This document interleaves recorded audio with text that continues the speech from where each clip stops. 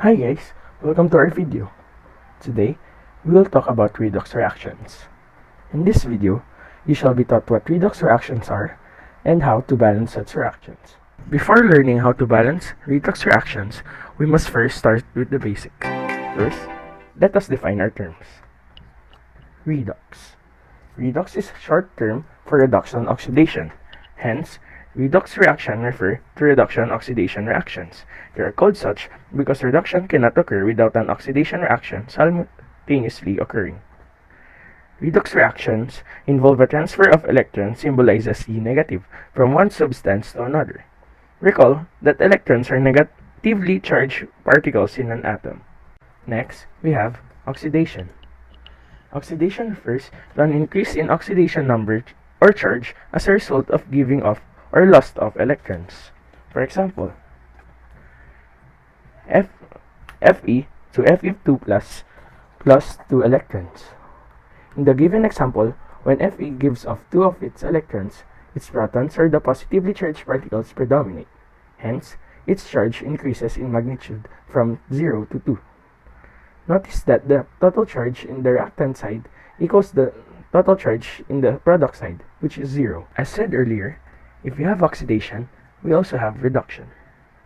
Reduction, in contrast to oxidation, refers to a decrease in oxidation number or charge as a result of a gain of electrons. For example, 2H plus 2 electrons is 2 hydrogen gas. In the given example, H plus gains electrons, hence, its oxidation number decreases. Hydrogen gas is the most stable form of hydrogen, thus, its oxidation state is 0. Hydrogen gas is composed of 2 hydrogen atoms, hence, 2H plus ions must be reduced in order to produce H2 gas. Again, notice that the total charge in the reactant side equals the total charge in the product side, which is 0.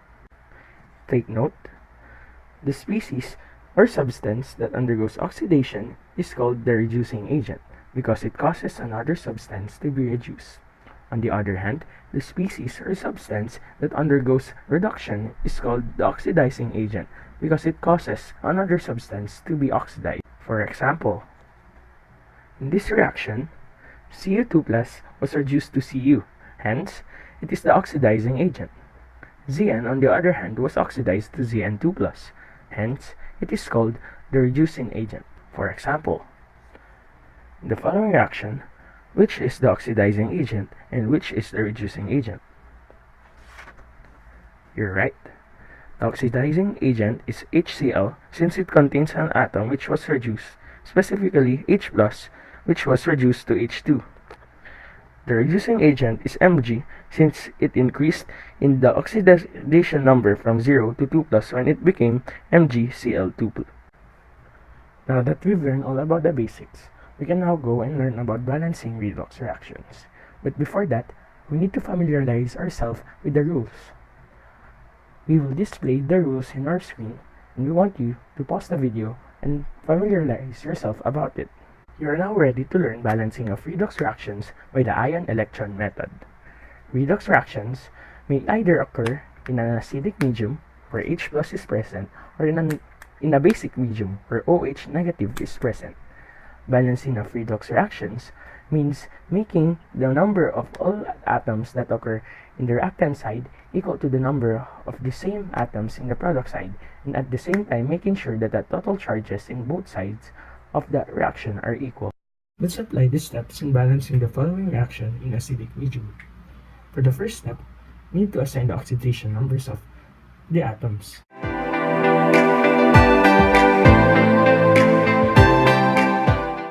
Next step, we need to divide the reaction into 2 half reactions, one for the oxidation and one for the reduction. Fe is the one oxidized, and Cr2O7 is the one who's reduced. Next step, we need to balance the number of atoms. This step is already omitted in the oxidation reaction since it's already balanced. In the reduction reaction, on the other hand, we need to balance Cr. Next, for the fourth step, we need to balance the number of oxygen and hydrogen atoms. This is also omitted in the oxidation reaction since there are no oxygen or hydrogen which are present in the reaction. Reduction reaction, we need to balance the number of oxygen and hydrogen. For every deficit in oxygen, add 1 molecule of water H2O. Since the product side has a deficit of 7 oxygen atoms, we need to add 7 water molecules. And for every deficit in hydrogen, add 1 molecule of H+. Since the reactant side is deficient of 14 hydrogen atoms, we need to add 14 hydrogen atoms. For the next step, we need to balance the charges of each half reaction. In the oxidation reaction, the charge of the reactant side is 2+, and the charge of the product side is 3+. Therefore, we need to add an electron in the product side to balance the charge, with reactant side having 2+ and product side having 2+. On the other hand, the reduction reaction, the reactant side has a charge of 12+, and the product side has a charge of 6+. Therefore, we need to add 6 electrons in the reactant side so that the charges will be balanced in the reactant and product side, both having 6+ as a charge. We need to make the number of electrons lost in the oxidation reaction equal to the number of electrons gained in the reduction reaction. We will do that by multiplying each half reaction with an appropriate coefficient. So since the electron loss in the oxidation reaction is only 1, we need to multiply the oxidation reaction into 6. Now that we've balanced everything, we can already add the oxidation and reduction half equations.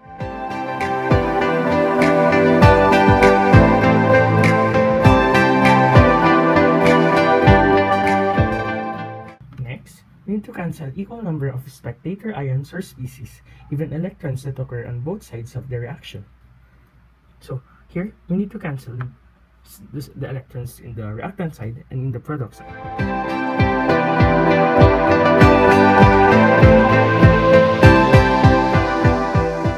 The redox reaction is already balanced in acidic medium. Now that we know how to balance in acidic medium, let's apply the steps in balancing the following same reaction in a basic medium. The first 3 steps are similarly done as in the acidic medium.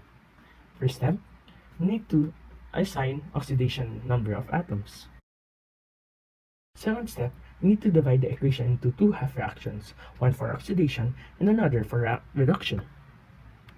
In this case, Fe is the one who is being oxidized, and Cr2O7 2 negative is the one being reduced. Third step, we need to balance the number of atoms. This step is omitted in the oxidation reaction since it's already balanced, but in the reduction reaction, we need to balance Cr. For the next step, we need to balance the number of oxygen and hydrogen atoms. For every deficit in O, add 2 molecules of OH negative and add 1 molecule of water on the other side of the equation. Since the product side has a deficit of 7 oxygen atoms, we need to add 14 OH negative molecules and 7 H2O molecules. For the next step, we need to balance the charges of the 2 half reactions. In the reduction half reaction, the charge of the reactant side is 2 negative, while the charge of the product side is 8 negative, so we need to add 6 electrons to the reactant side. Similar to the acidic medium, we need to make the number of electrons lost in the oxidation reaction equal to the number of electrons gained. So we need to multiply the oxidized half reaction into 6. Now that the atoms and the charges in the 2 half reactions are balanced, we can now add the oxidation and reduction half equations. Like what we did in the acidic medium, we can cancel the number of spectator ions or species, even electrons that occur on both sides of the reaction. Therefore, the balanced redox reaction in basic medium is...